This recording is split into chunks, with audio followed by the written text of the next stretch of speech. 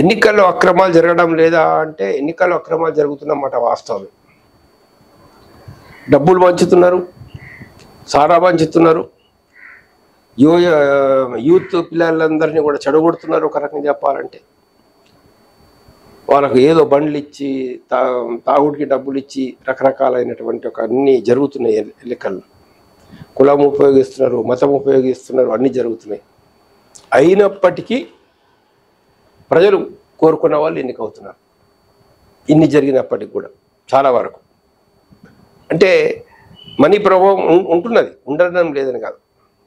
వాస్తవం చెప్పాలంటే ఇప్పుడు ఒక మధ్యతరగతికి వెళ్ళి వచ్చిన వాళ్ళు, పేద కుటుంబాలకు వెళ్ళి వచ్చిన వాళ్ళు ఎమ్మెల్యే అయ్యే అవకాశాలు కానీ ఎంపీ అయ్యే అవకాశాలు కానీ లేనే లేవు దాదాపు. ప్రజాస్వామ్యం అంటే ధనిక స్వామ్యం అయిపోయింది ఒక రకంగా చెప్పాలంటే.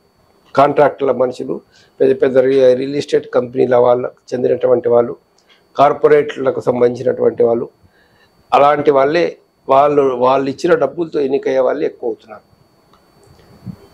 40% దాదాపు నేరస్తులు ఇవాళ పార్లమెంట్ లోపల ఉన్నారు అంటే మరి దాని గురించి ఆలోచించండి. దోపిడీ చేసిన వాళ్ళు, దొంగతనాలు చేసిన ఆరోపణలు ఉన్నవాళ్ళు, హత్యా నేరాలు చేసిన ఆరోపణలు ఉన్నారు, మానభంగాలు చేసినటువంటి ఆరోపణలు ఉన్న వాళ్ళు పార్లమెంట్ సభ్యులుగా ఉండి మనల్ని పరిపాలిస్తున్నారు, మన చట్టాలు చేస్తున్నారు. వాళ్ళు పరిస్థితి ఎట్లా ఉందో ఆలోచించండి. ఇన్ని ఉన్నప్పటికి కూడా భారత ప్రజాస్వామ్యంలో ప్రజల మాటనే నెగ్గుకుంటూ వచ్చింది ఇంతవరకు. ఇన్ని ఉన్నప్పటికి కూడా ఎట్లా అంటే 77లో ప్రజలు కాంగ్రెస్ను ఓడించాలనుకున్నారు. 1977లో ఇందిరాగాంధీ ఎమర్జెన్సీ పెట్టిండి.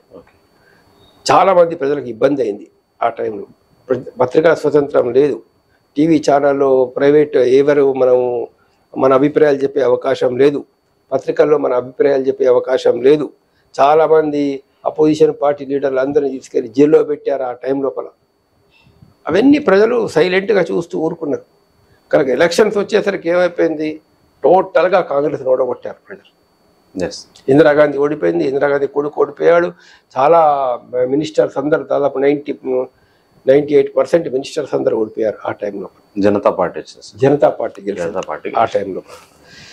అయితే ఏంటంటే ప్రజలు కోరుకున్న వాళ్ళు అధికారంలోకి తీసుకురాగలరు అని 83లో ఇక్కడ 1983లో మన దగ్గర ఎన్టీ రామారావు గారు తెలుగుదేశం పార్టీ పెట్టినప్పుడు అది వరకు కాంగ్రెస్ వాళ్ళ మీద ప్రజలకు అసంతృప్తి ఏర్పడి వీళ్ళు నానా రకాలైనటువంటి సరైనటువంటి విధంగా పరిపాలన చేయకుండా ఉంటే సమస్యలు కూడా పరిష్కారం చేయలేని పరిస్థితుల లోపల వాళ్ళకు కూడా ఐక్యత లేకుండే అనేక కారణాల వల్ల 83లో కాంగ్రెస్ పార్టీని ఓడించి టీడీపీని ప్రజలు గెలిపించారు ఎన్టీ రామారావు.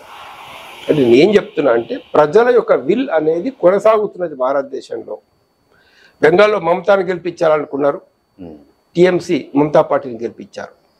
ఇంకో దగ్గర ఇప్పుడు ఢిల్లీలో కేజ్రీవాల్ని గెలిపించాలనుకున్నారు, కేజ్రీవాల్ గెలిచాడు.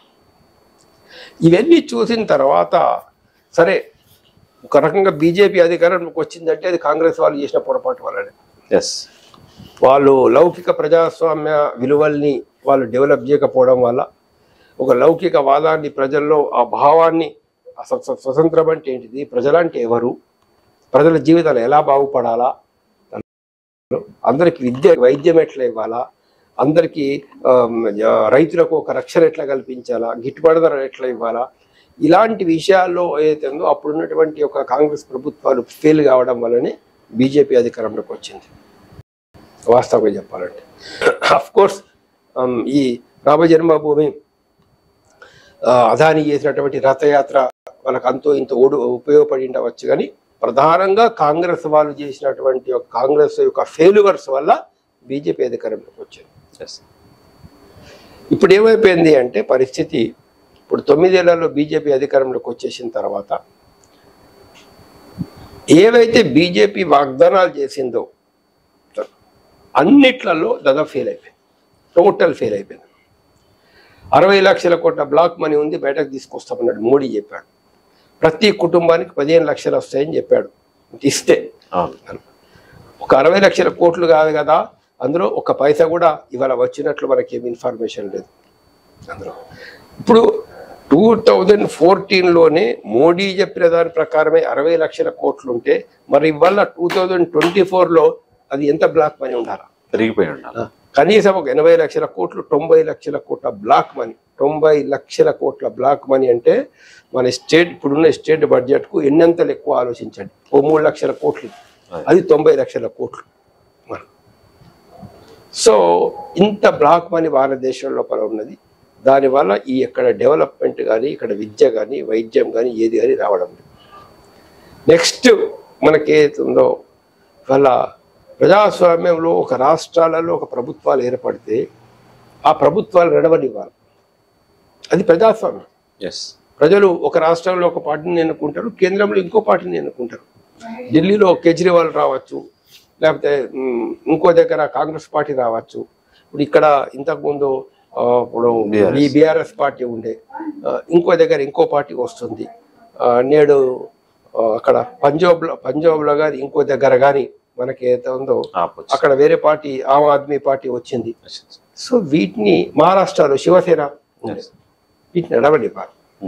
కానీ ఏం చేశారంటే వీళ్ళు వాటిని నడవనిచ్చేటటువంటి బదులు, ఇప్పుడు ఫర్ ఎగ్జాంపుల్ మహారాష్ట్ర తీసుకోండి. మహారాష్ట్రలో జరిగినటువంటి పరిస్థితి ఏంటిది, వాళ్ళు ఏకనాథ్ షిండే శివసేనలో ఉన్నటువంటి ఒక నాయకుడిని వీళ్ళు ప్రలోభాలు చూపించి వాళ్ళ ఎమ్మెల్యేలకు డబ్బులు ఇచ్చి లేకపోతే రకరకాల క్యాంపులు ఏర్పాటు చేసేసి శివసేనలో చీలికలు తీసుకొచ్చి వీళ్ళ గవర్నమెంట్ ఏర్పాటు చేశారు. ఇది ప్రజాస్వామ్యమా? ఇది ప్రజాస్వామ్యమా? ఇప్పుడు ఇక్కడ ఒక 14 మంది, 15 మంది కాంగ్రెస్ వాళ్ళు గెలిస్తే ఇంతకుముందు కేసీఆర్ వాళ్ళందరినీ తీసుకొచ్చి తనలోపల కలుపుకున్నాడు ఇక్కడ. అంటే ప్రజలు ఎవరిని ఎన్నుకున్నారు? ఇప్పుడు ఇంతకుముందు కాంగ్రెస్ ఆయనని ఎన్నుకున్నాం ఇక్కడ ఉండేటువంటి ప్రజలు, ఎల్బీ నగర్లో ప్రజలు. ఆయన వెళ్ళి టీఆర్ఎస్లో కలిశాడు. ఈ పరిస్థితి అన్నట్లు. అంటే ప్రజాస్వామ్యాన్ని ఎన్నికల తర్వాత కూడా ఖూనీ చేసేటటువంటి ఒక పరిస్థితి.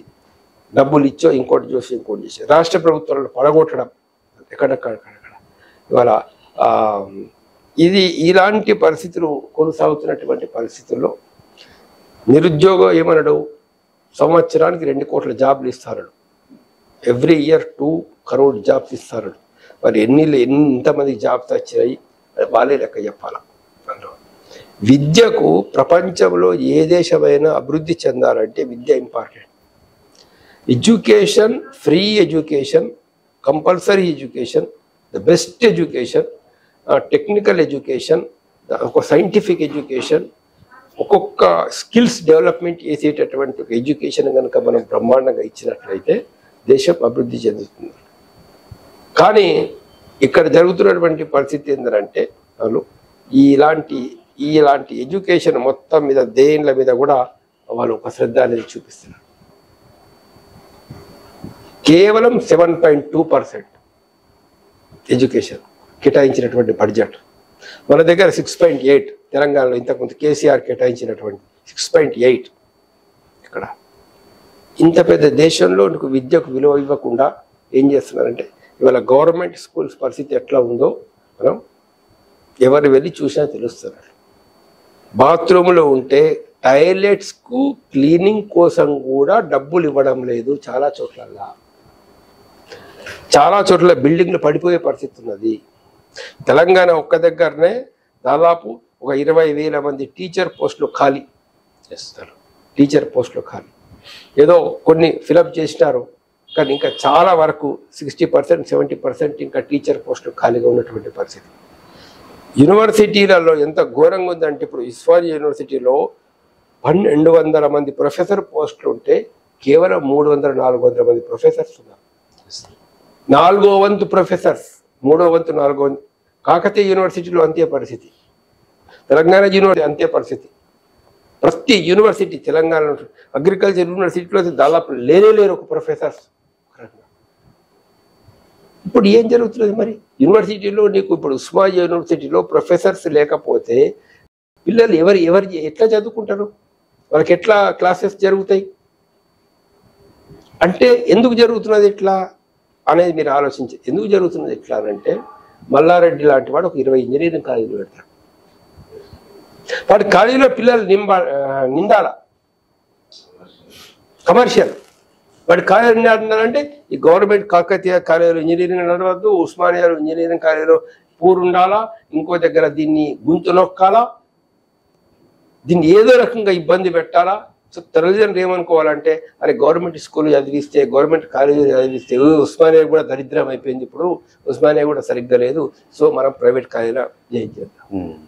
సో ఈ నారాయణ కోచింగ్ సెంటర్లు, శ్రీ చైతన్య కోచింగ్ సెంటర్లు, మల్లారెడ్డి లాంటి వాళ్ళ కాలేజీలు ఈ యొక్క ప్రైవేట్ విద్యను వ్యాపారం చేసి ఎవరైతే దోచుకుంటున్నారో వాళ్ళ యొక్క గల్లా పెట్టెలు నింపడం కోసమే గవర్నమెంట్ విద్యను ఇటు బీజేపీ వాళ్ళు కానీ ఇటు బీఆర్ఎస్ వాళ్ళు కానీ ఇంతవరకు గొంతు తీసుకుంటూ వచ్చారు. ఇంకో కారణం కూడా ఏంటంటే ఇప్పుడు బీజేపీ చేస్తున్నటువంటిది ఏంటంటే, బీజేపీ కదా అంతకుముందు కూడా మొదలైంది ఈ విషయం, రిజర్వేషన్స్ యొక్క పాలసీని దెబ్బతీయాలి. ఇది